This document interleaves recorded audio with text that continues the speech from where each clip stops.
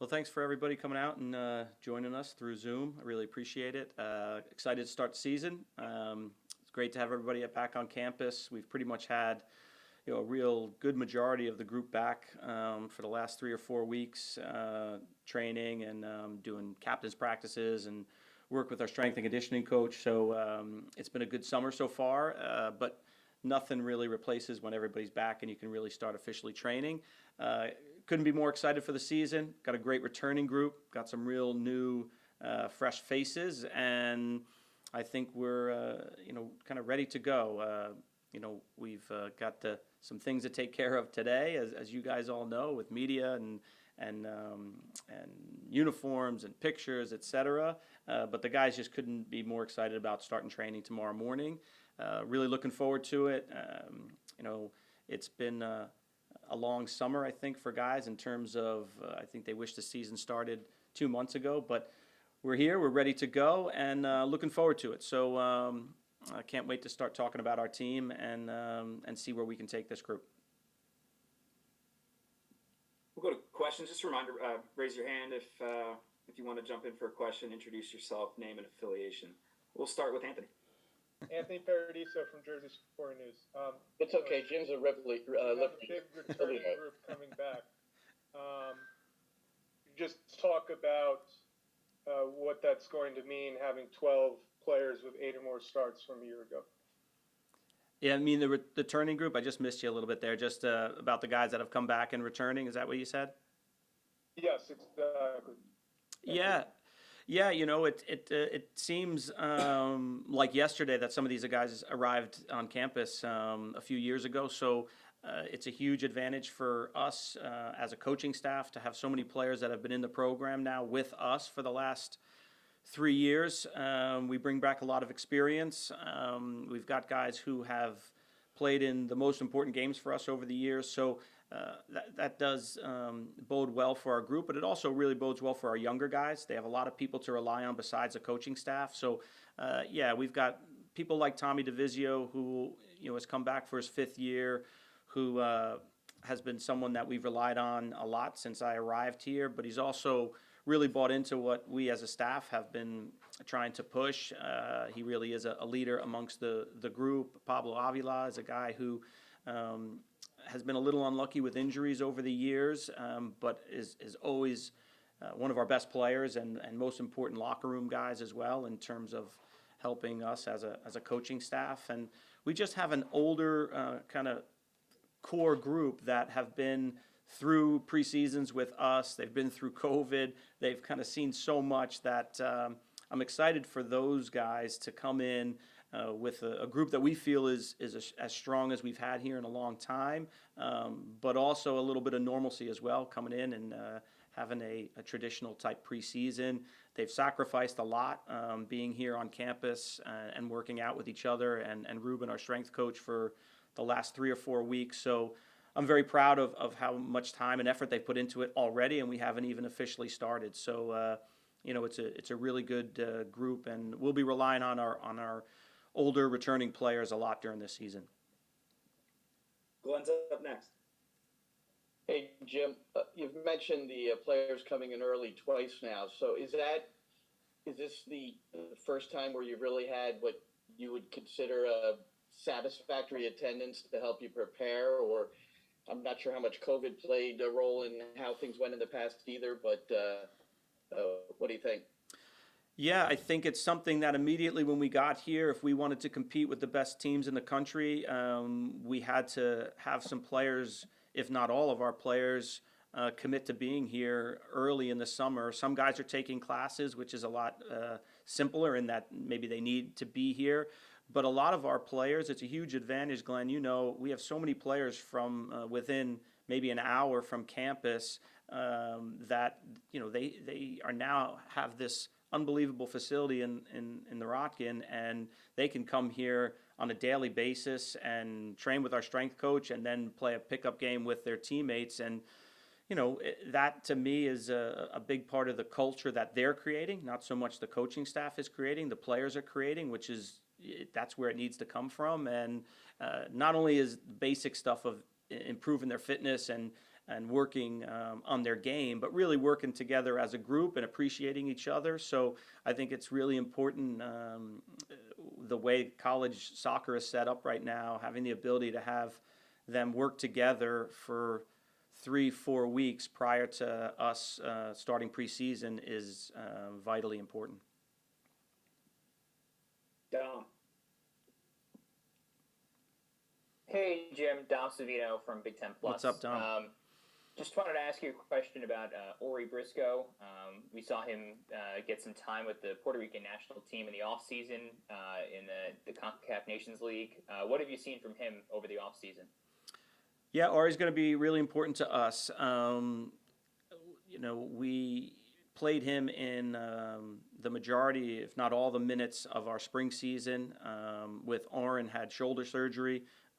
Oren won't play this season for us, which is maybe breaking news for some of you on here. So he had shoulder surgery in the winter, and it just didn't take that well for him, unfortunately. So he's going to have another surgery in the next couple of weeks.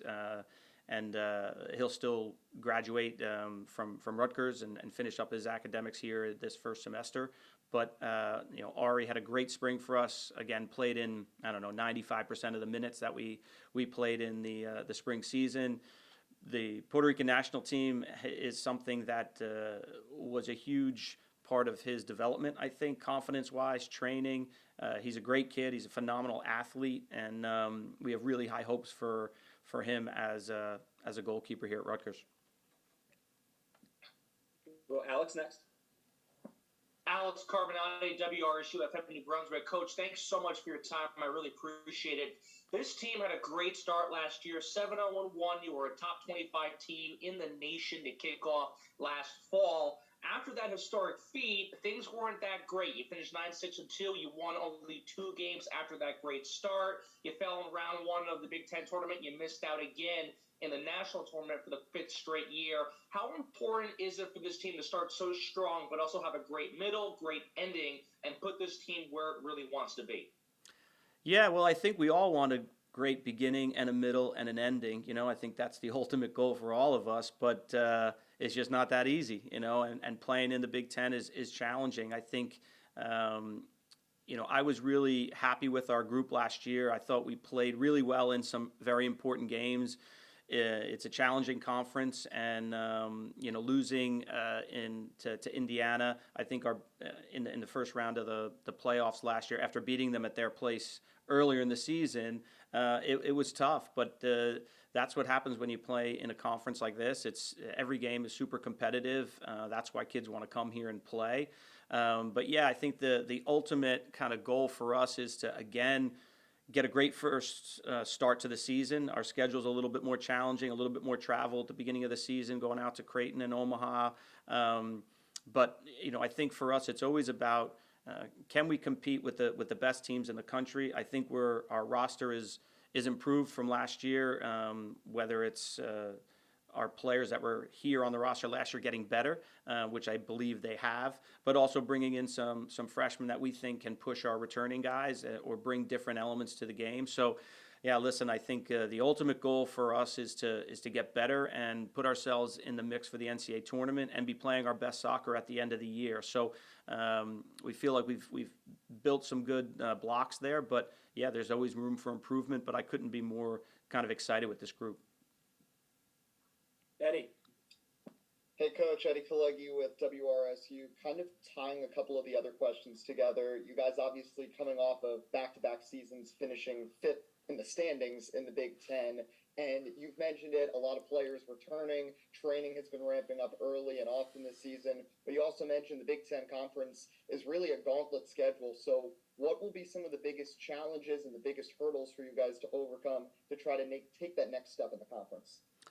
Well, I think one of the big improvements for us is just getting deeper. The games, as you guys know, in college soccer come just so quickly. You're playing basically every 3 or 4 days. You can't have 11 good players, even if they're the best players in the country, and have a successful season. It just doesn't work in college soccer, unfortunately, right now, with the way the schedule is set up. You need to have depth. You need to have guys that can come in and add to the game or maybe just make your team a little different, but it's not a drop off. So I think we've greatly improved in that in the depth of our team. We have guys that can play different positions. We have different guys that can start games and not have any type of drop off. And I think when you're in a really competitive season and games are coming thick and fast, you need that depth in your squad where you don't really feel like you need to change everything when you make a couple of substitutions. I don't think that's going to be the case at all. I think for us right now, we have a ton of competition for playing time. It's something that is a good problem to have, but that probably is the thing that will kind of keep me on my toes throughout the entire season. Is how do you get that right? How do you reward players? How do you make sure that you're getting the right mix and getting guys the right rest? So it's it's never easy when you're in one of the best conferences in the country, but that's what your players want. That's why they come here. But I feel like our roster is as good as it's been for as long as I can remember. Not only as the head coach here, but as a fan or as a New Jersey resident, always following Rutgers soccer. Our roster is as good as it's been in a long time. Michael's up next. Okay. Thank you, Coach. Michael Cohen here with Fox Sports New Jersey Radio. What are your expectations? I know you're 8 days away from a exhibition game. What's your expectation level for that match, and what are you looking for from your players in that match? Yeah, we try to break the schedule down in preseason, all throughout the whole season, really. But this first game is never about playing 11 guys for 90 minutes. We only have been preseason for 4 or 5 days when that first game comes around. So we'll have kind of specific goals for our group, but ultimately it's about can we be good on the defensive side in that first game? Can we see some players in different positions? Can we start building relationships? And you want to win every game, right? Even preseason games, you want to win games, but it's not the most important thing when you're 5 days into preseason.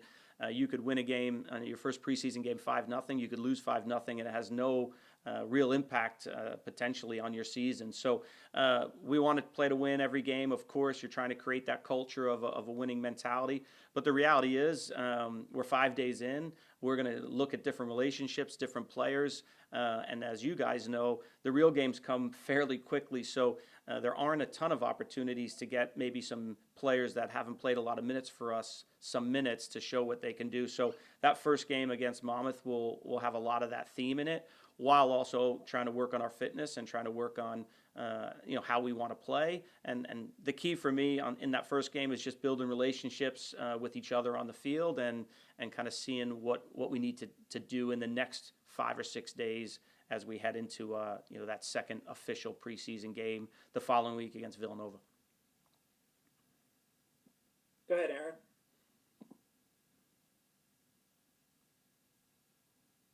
Hey, Coach. Aaron Brightman, the Scarlet Faithful. Long time no talk. What's up, Aaron? Wanted to ask, you had spoken about a lot of the alumni being a part of the program, being very supportive, including some prominent alumni. How has that helped build your culture and help make Rutgers, a prominent destination for recruits when you're on the trail? Yeah, I think we're lucky in a lot of ways in that some of our big alums, whether they're players or even not players on the team, people that just love soccer, so many of them live in New Jersey. So they have a vested interest in our program. So that's vitally important, and we try to tap into that as much as we can. We're lucky. We have a lot of our alums that are in the tri-state area, so they can not only be involved in our program from afar, they can actually come and watch us play and kind of see what we're doing and are we doing what we're saying we're doing. So we've had some really good support. We look at, had some great conversations with a lot of people over the last year and having more people be more involved in our program, the more the merrier. But also I think getting a team like UCLA to come out, and a lot of our alums from that late 80s, early 90s are excited about that game. Obviously they played in the final in 1990, but not only that, it's just trying to associate yourself with some of the top programs, but also that history is really important. So, we have a really good group of alums. They love soccer. They're heavily involved in it, and we're looking forward to having a bunch of them come back and at different moments throughout the year. But that last kind of regular season game against UCLA will be exciting for a lot of our players that played in the late 80s and early 90s. Let's circle back to Glenn and then Don. Jim, you made reference to depth being important, especially under the current format. So, what is the status of the full academic year schedule calendar? I mean, that's gone through so many machinations over the years, and I actually don't even remember where it stands now. Yeah, I think they just tabled it for the kind of near future, and I think the reason for that is kind of seeing what some of the NCAA does in terms of the transformational committee type thing. So it's been tabled for right now. As you know, you and I have spoken. I'm for that because I just think it helps us spread the season out a little bit and keep players healthy and get them in the right state of mind. And I do think it's in the best interest of the players. But right now it's kind of tabled until I think some of this transformational committee stuff gets kind of worked through. We're hoping that it comes through in the next year or two. I do think it would be a great thing for the game, and most importantly for the players to be able to spread their season out a little bit. You look at our schedule right now, and if we're kind of not having kids come and volunteer their time in the summer to come back, they're arriving on August 8th, and if you don't have a great season, your season could end October 29th, and that's just an incredibly short time period to jam in 17 or 18 games. Never mind the experience of the players. You look at some of the other sports, and they're just a little bit longer, and the games are more spread out. But more importantly for us, it's just the demand on them physically is maybe too much to be playing, every 4 days. And as you know, Glenn, some teams have. We're excited about the depth we have in our group right now, but sometimes you don't have that, right? You pick up some injuries, and all of a sudden you're relying on 13 or 14 players. We're limited at 9.9 scholarships right now, so it's very challenging. So I think it really is in the best interest of the players. Most importantly, forget about really what the coaches think. It's really about the health of the players and making sure they have time to recover and be able to actually have a good college experience as well. What is the transformational committee? What is that? Well, I think it's just it's the committee and the NCAA in terms of what's the next step with the NCAA in terms of who's going to govern, who's going to make these decisions, and okay. Where is it all going, and hey, who's going to make these decisions on everything really dealing with college athletics. So I think it's just soccer falls into that where. Instead of making this massive change of going to this 21st century model where it's spread over 2 semesters, do they wait and see if any big changes happen prior to making this decision for men's soccer? Okay, thanks. Don?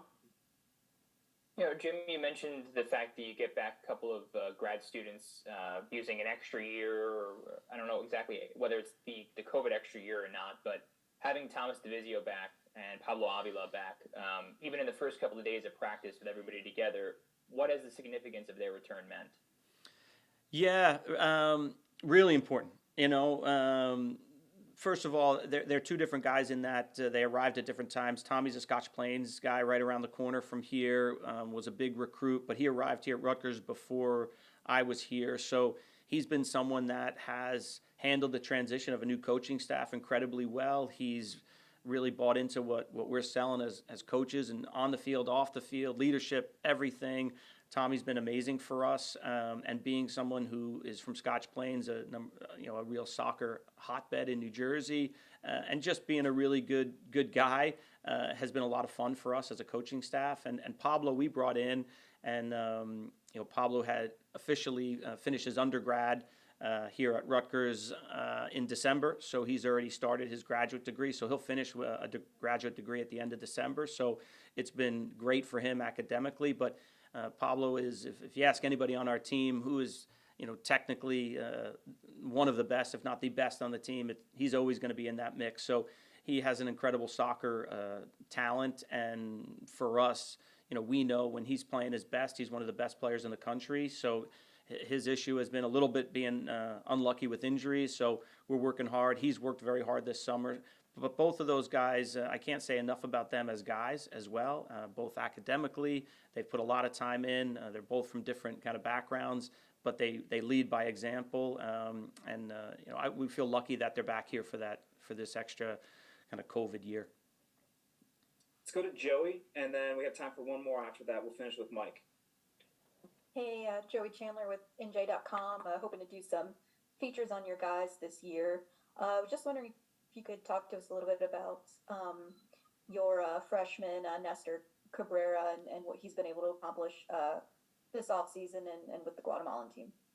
Yeah, thanks. Thanks for covering us as well. It's one of the fun things about being here at Rutgers. We have so many good players in New Jersey. We've made that a priority, recruiting a lot of local guys.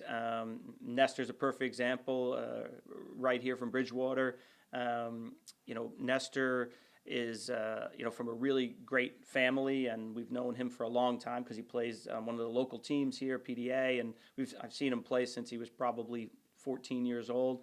And he got a great opportunity to play for the Guatemalan national team, and the success that they had. I don't want to say that it was surprising, but I think as they headed into the under 20 World Cup qualifying, I don't know if anybody on their team thought they were guaranteed to qualify for the under 20 World Cup, but they did that. An incredible accomplishment for them, and the Guatemalan community, not only here in New Jersey but across the country, has really supported them incredibly well. So he's like a mini celebrity already, and he hasn't even stepped on campus yet. But Nestor's a really good kid, comes from an unbelievable family. Not only is a really good player, but I think he's somebody who has a bright future just in life in general. He's a kid that plays with a smile on his face. He is very connected with teammates and former teammates. So he's just one of those guys that we think has a bright future in the game, and couldn't be happier that a local guy from right around the corner here, is going to be joining us and playing for us. So he's a great kid, and I'm sure he's going to be somebody that we rely on a lot as we go forward, both on and off the field. Take us home, Mike. All right, let's take us on. One name that I did not hear mentioned, and I apologize if you did mention him, I apologize. But Jackson Temple, he had a big year for you last year. Can you talk about his importance to this team for this season?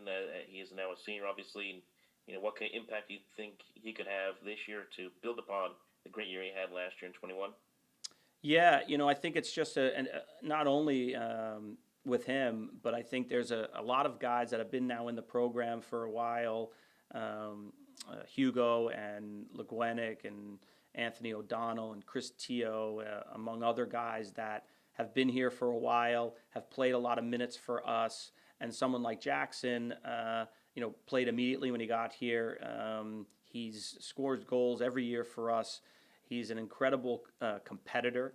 As many of you guys know, he's a little guy, but I don't think if you asked any of our players if he plays like that in training or in games. I mean, he has a competitive spirit in him that is unmatched, honestly, with so many people on our team even.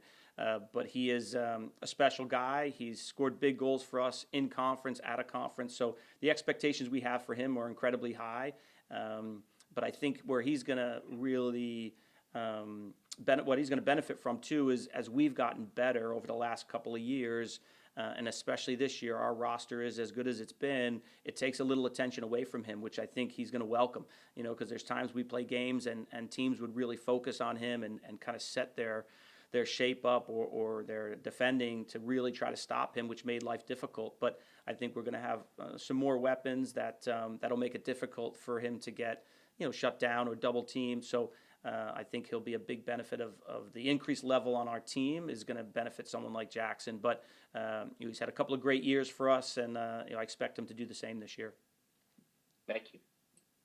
Now that I'm not the men's soccer contact, I can officially say Jackson Temple's my favorite player. I can go on record. Guys, thanks so much for being here. This group is amazing. Seeing y'all turn out. Jim, thanks for your time, and Yeah, thanks. we'll see everyone during the season. I appreciate everybody jumping on. I know you guys are busy, so thank you so much, and hopefully we'll see you again. If you need anything from me, I'm happy to accommodate anytime. But thanks again. I appreciate it.